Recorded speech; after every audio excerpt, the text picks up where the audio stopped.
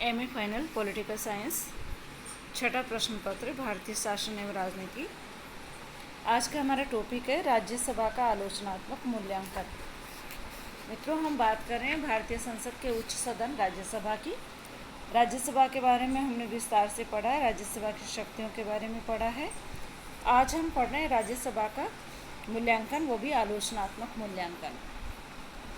राज्यसभा की स्थिति प्रारंभ से ही पर्याप्त विवाद का विषय रही है। मित्रों, यद्यपि संविधान सभा का एक बहुत बड़ा जो बहुमत राज्यसभा की स्थापना के पक्ष में था, लेकिन दूसरी ओर सदस्यों के द्वारा द्वितीय सदन की उपयोगिता पर संदेह व्यक्त करते हुए एक सदनात्मक व्यवस्थापिका के स्थापना के प्रस्ताव भी संविधान सभा में लाए गए थे।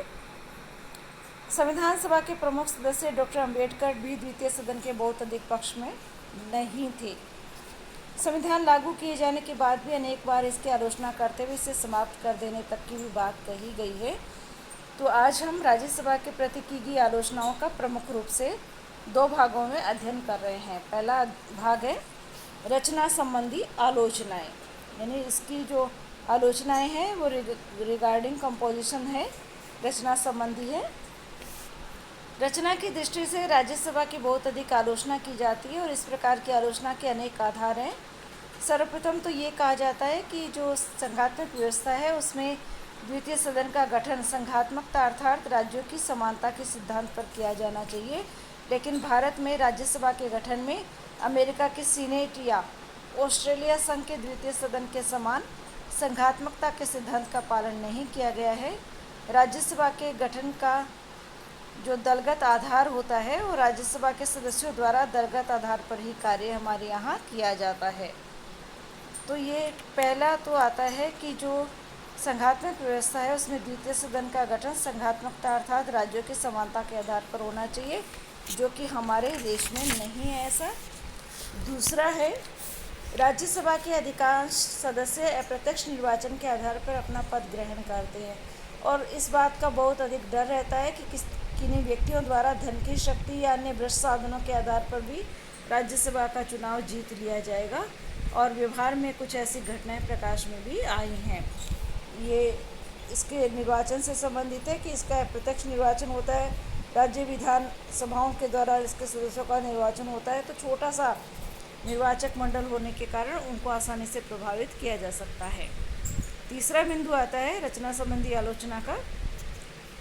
राज्यसभा के सदस्यों को राज्य विधानसभाओं द्वारा आनुपातिक प्रतिनिधित्व की पद्धति के आधार पर निर्वाचित किया जाता है। इस संबंध में दोष यह है कि भारतीय संघ के कुछ राज्यों की विधानसभाओं में क्षेत्रीय दलों को पर्याप्त प्रतिनिधित्व प्राप्त है और आनुपातिक प्रतिनिधित्व की पद्धति के कारण ये क्षेत्रीय दल राष्ट्रीय व्यवस्थापिका में भी प्रतिनिधित्व प्राप्त कर लेते हैं, जिसे राष्ट्रीय हित में नहीं कहा जा सकता। देखिए, कई प्रकार के राजनीतिक दल होते हैं, कुछ राष्ट्रीय स्तर के होते हैं, कुछ क्षेत्रीय स्तर के होते हैं। तो इस तरह से ये आलोचना की गई है कि इसमें क्या होता है, क्षेत्रीय दल जो है राष्ट्रीय व्यवस्थापिका में भी प्रतिनिधित्व प्राप्त कर लेते हैं, जिसे राष्ट्रीय हित में नहीं कहा जा सकता। क्योंकि क्षेत्रीय दलों का यदि राज्य विधानसभा में बहुमत है तो फिर वहाँ से निश्चित रूप से राज्यसभा के लिए उन्हीं दल के लोग चुन करके आते हैं, सांसद चुन के आते हैं, तो वो क्षेत्रीय दल जो है राज्यसभा में पहुंच जाते हैं। चौथी आलोचना है राज्यसभा के 12 सदस्यों को राष्ट्रपति के द्वारा मनोनीत किया जाता है और मनोनयन की यह प्रणाली बहुत ही अप्रजातांत्रिक है। कार्यपालिका के द्वारा इस शक्ति का कई बार दुरुपयोग भी किया गया है। जो 12 सदस्य राष्ट्रपति के द्वारा मनोनीत किए जाते हैं, कला, साहित्य, विज्ञान, चिकित्सा, शिक्षा, सेवा आदि के क्षेत्र के जो ये प्रमुख व्यक्ति होते हैं, तो ये मनोनयन भी एक तरह का अप्रजातांत्रिक मनोनयन होता है। और पांचवा है व्यवहार के अंतर्गत राज्यसभा का प्रयोग एक राजनीतिक शरण गृह के रूप में किया गया है।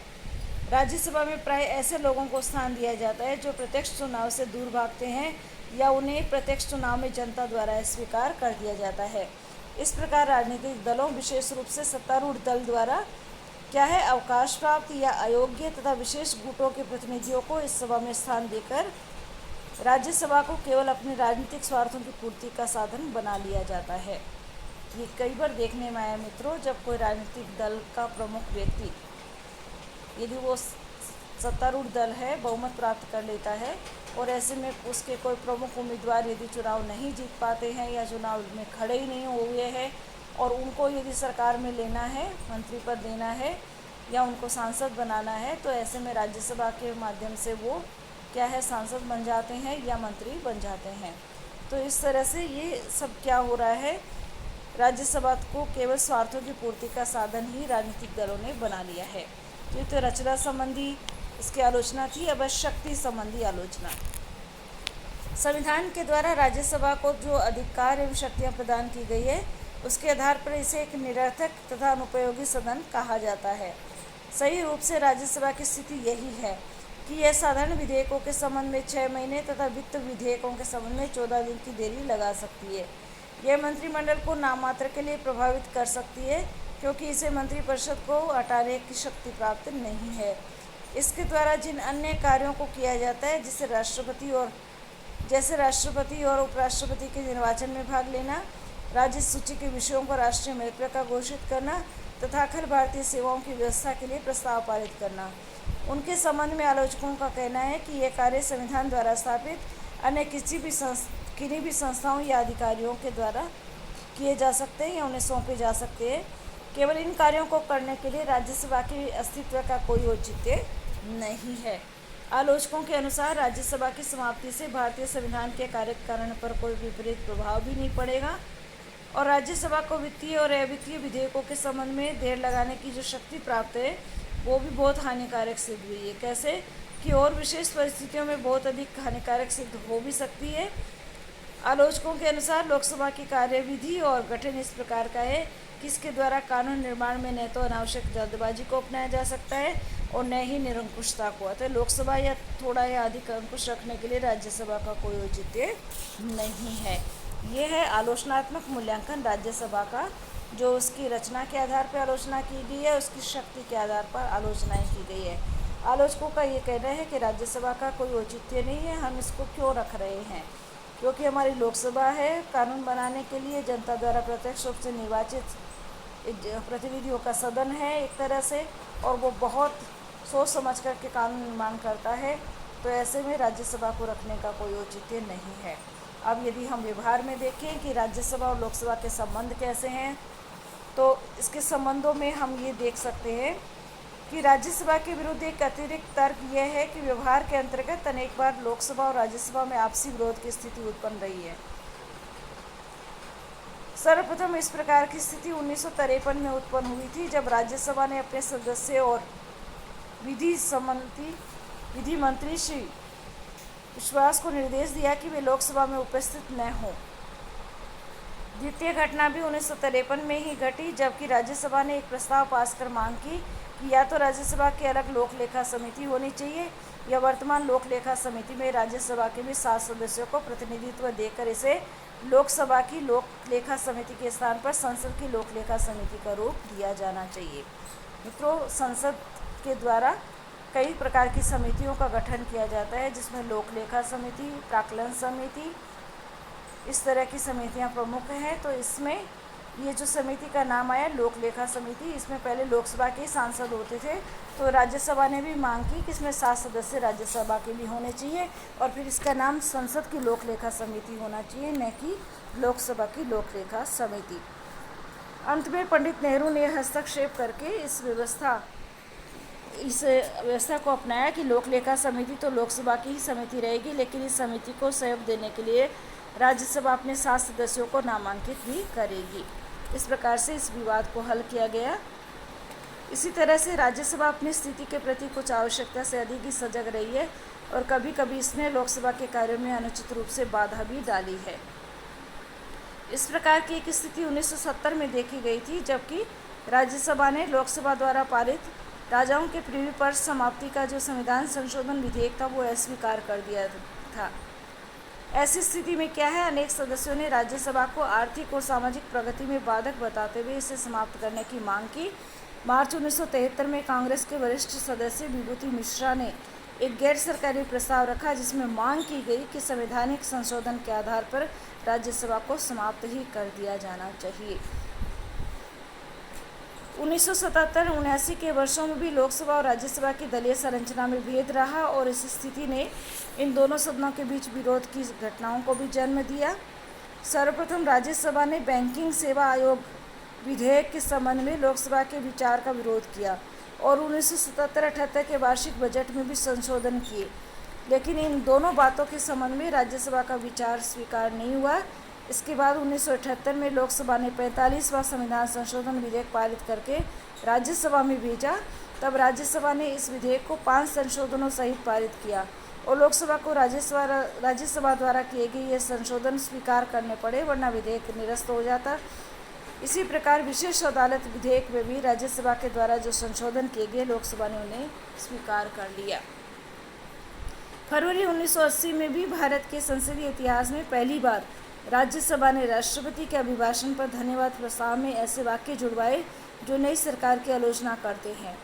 75 के मुकाबले 80 के बहुमत से जोड़े गए ये वाक्य हैं,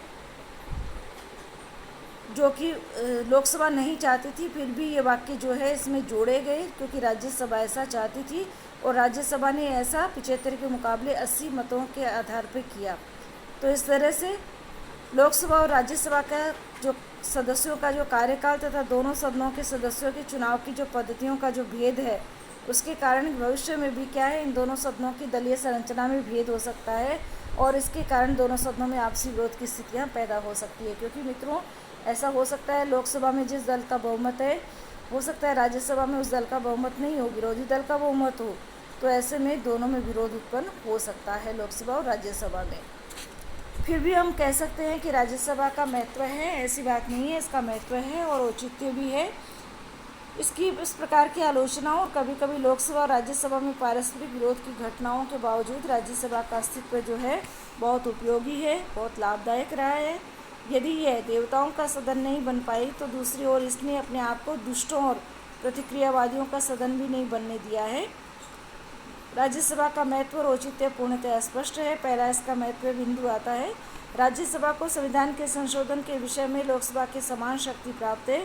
दूसरा बिंदु है, राज्यसभा में से भी मंत्रियों की नियुक्ति की जाती है, यानी राज्यसभा से भी मंत्री बनाए जाते हैं। 1966 में जब श्रीमती इंदिरा गांधी प्रधानमंत्री पद पर नियुक्त हुई, उस समय वे राज्यसभा की ही सदस्य थी। 1996 में प्रधानमंत्री मनोनीत होने के बाद HD देवेगौड़ा राज्यसभा के ही सदस्य बने तथा जब अप्रैल 1997 में इंद्र कुमार गुजराल का प्रधानमंत्री पद पर मनोनयन हुआ तो वे उस समय राज्यसभा के ही सदस्य थे।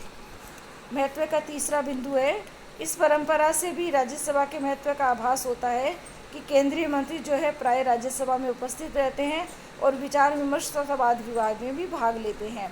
इस प्रकार राज्यसभा सरकारी नीतियों तथा कार्यों पर प्रभाव डालने में समर्थ है और व्यवहार में अनेक बार इसने क्या है, शासन की नीतियों तथा कार्यों को भी प्रभावित किया है। राज्यसभा उन सभी बातों और कार्यों को भी करती है जो परंपरागत रूप में द्वितीय सदन के द्वारा किए जाते हैं और भारत जैसे विशाल और संघात्मक व्यवस्था वाले देश के लिए संघात्मक व्यवस्थापिका का द्विसदनात्मक होना बहुत ही स्वाभाविक और आवश्यक है। सामान्यतः राज्यसभा का कार्यकारण सफल रहा है और इसके अस्तित्व के औचित्य पर भी कोई संदेह नहीं किया जाता है। इस संबंध में प्रोफेसर जितेंद्र रंजन ने लिखा है, यह न तो अमेरिकी सीनेट की भांति अत्यधिक शक्तिशाली है और न ही ब्रिटिश लॉर्ड सभा तथा फ्रांस के चतुर्थ गणतंत्र की गणतंत्रीय परिषद की भांति अत्यधिक दुर्बल है। जापानी व्यवस्था की तरह द्वितीय सदन की निषेधात्मक शक्ति को हमारे संविधान में स्वीकार नहीं किया गया है। इससे सिर्फ दोहराने की पर्याप्त शक्ति दी गई है, निषेध की नहीं। राज्यसभा न केवल रचना की दृष्टि से विश्व का सबसे अधिक श्रेष्ठ द्वितीय सदन है, वरन यह आधुनिक प्रजातंत्र के योग्य तथा द्वितीय सदन के उद्देश्यों की पूर्ति करने की दृष्टि से भी सर्वाधिक संतुलित द्वितीय सदन है। ये कहना है प्रोफेसर जितेंद्र रंजन का। मित्रों, आवश्यकता इस बात की है कि राज्यसभा के द्वारा अपने आप को लोकसभा का सहायक और सहयोगी समझा जाए, प्रतिस्पर्धी नहीं।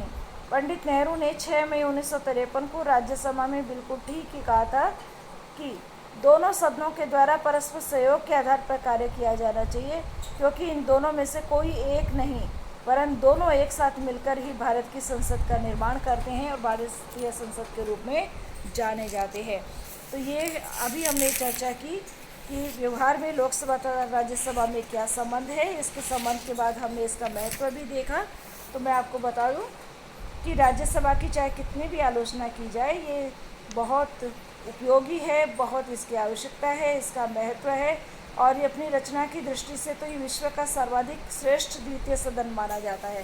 तो इसकी रचना में मैं आपको याद दिला दूं कि राज्यसभा की रचना में जो 250 अधिकतम हो सकते हैं सदस्य संख्या, तो उसमें 238 तो राज्य विधानसभाओं के द्वारा चुने जाते हैं और 12 सदस्य जो है इसमें राष्ट्रपति के द्वारा मनोनीत किए जाते हैं।